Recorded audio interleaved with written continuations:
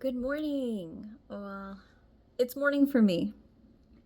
So we've made it into August, and this morning we had we had a consultation with Nippon Express, and we're hoping that they'll send our stuff to Japan. I mean, it went fairly well. There were a few concerns, and don't quote me on this. I don't have all the facts, and the whole conversation was in Japanese. It was between my husband and the representative. So, one thing that was mentioned was that depending on the port that you enter or that you send your stuff through in Japan, they have different rules. And Tokyo port, or Tokyo as an entry port, has become a little bit more strict. There's like some new rules in place. I'm not really sure if it's for returning citizens or returning PR people or foreigners. There is something about you weren't allowed to have been in Japan within the last year, not even to visit. So my husband was in Japan in the spring. So I don't know, that was a little weird. And I don't, we did tell them that I haven't been to Japan within the last year, but I don't know if that matters. So I'm not sure. There was also something about a cap on the value. I don't know if this was an alternative option or if it's still in the same set of rules. That there is a cap on the total value of the items that you're bringing into Japan. So the number 2000 was thrown at me, but I'm not sure if they were talking about like the 2000 equivalent to Japanese yen or 2000 Canadian, 2000 USD. I'm not really sure on that. Luckily, we aren't sending our stuff through Tokyo. We're actually sending it to Nagoya, even though we do intend to live in Tokyo, the Tokyo area down the road. That's where my husband's going to be working.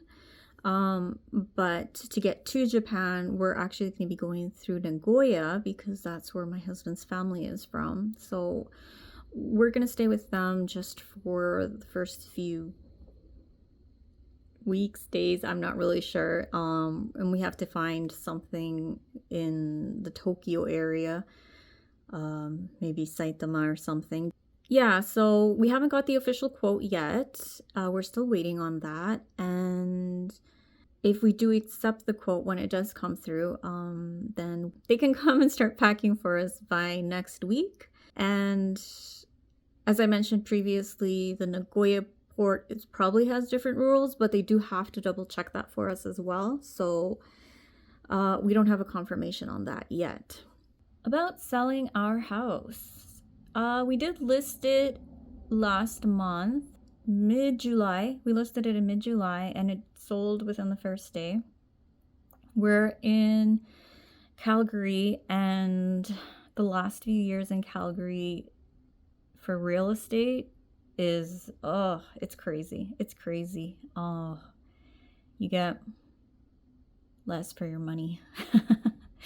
Yeah, we bought this house about 2.5 years ago. So we were living in a condo, and at that time the real estate market was really taking off here in Calgary. So we wanted to make sure we got in on it before we got outpriced or priced out of the market. It's a cute little home. We're gonna miss it. We're really gonna miss this house. We did have to think about whether, if we were going back to Japan, did we want to rent it out or did we want to sell it? Did we have plans to come back? I mean, because coming back, we're probably gonna be priced out of the market. I don't know if we can come back, at least not to Calgary, or we could get something smaller, but we definitely intend to stay in Japan for the long term. And I'm gonna have to learn some Japanese because I don't speak Japanese yet. I've taken classes here and there, but I think once I'm in Japan, I'm definitely gonna immerse myself in it. Maybe I'll take some classes there.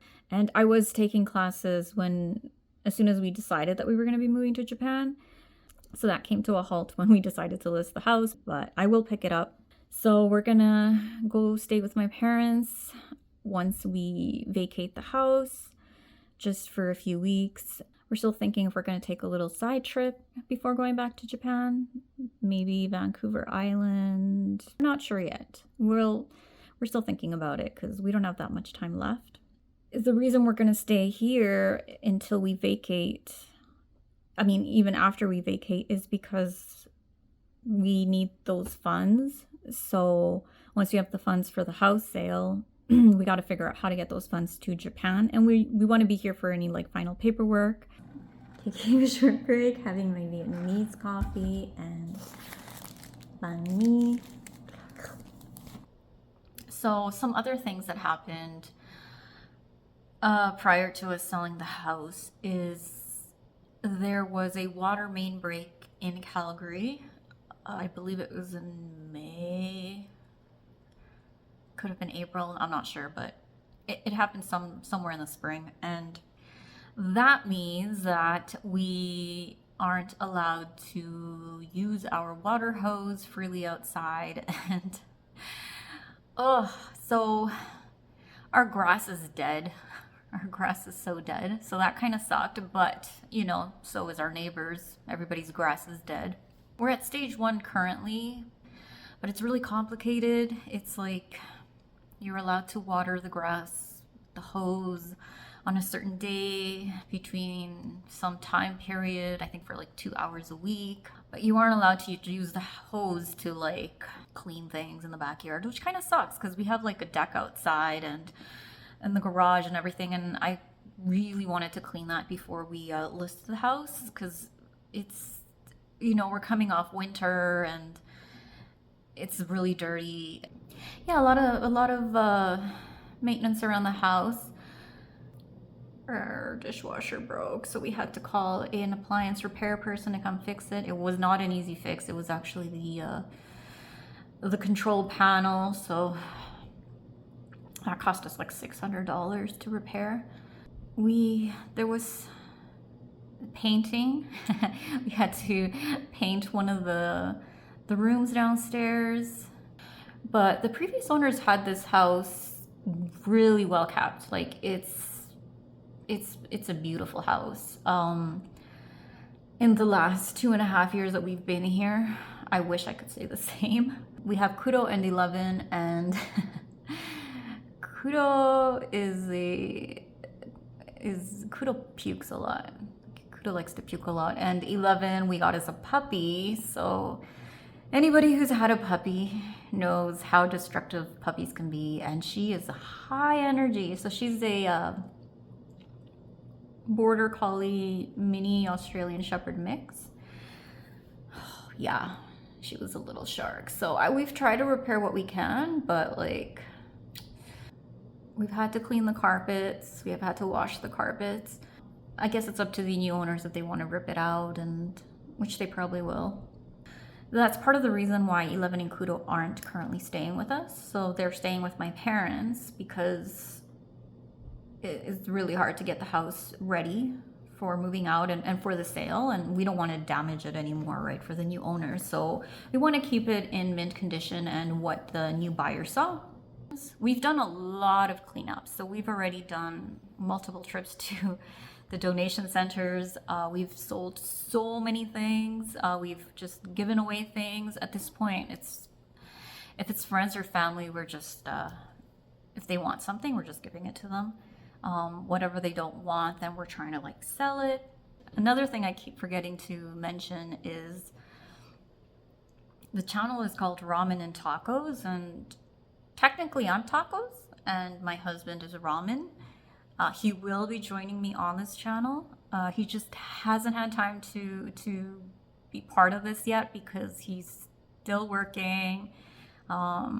He's trying to figure things out in Japan. He's been doing some interviews and busy guy. So I'm starting it off for now, but he will join me later and I'll just let him introduce himself. So for right now, I'm just calling him my husband, but he'll come around.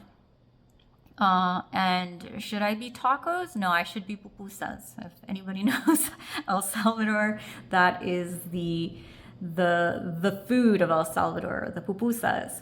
But I don't know, we just went with like stereotypes and somehow I'm tacos here. But I'm not Mexican. Although we do eat tacos in El Salvador, but yeah. So it's a few days later and we do have an update. Nippon Express did give us a quote and it's about $4,000 Canadian. We did go ahead and accept that quote and it looks like it'll be going through Tokyo. They'll also be coming later this week to pack everything for us, so hopefully I can get some footage of that. So stay tuned. Bye.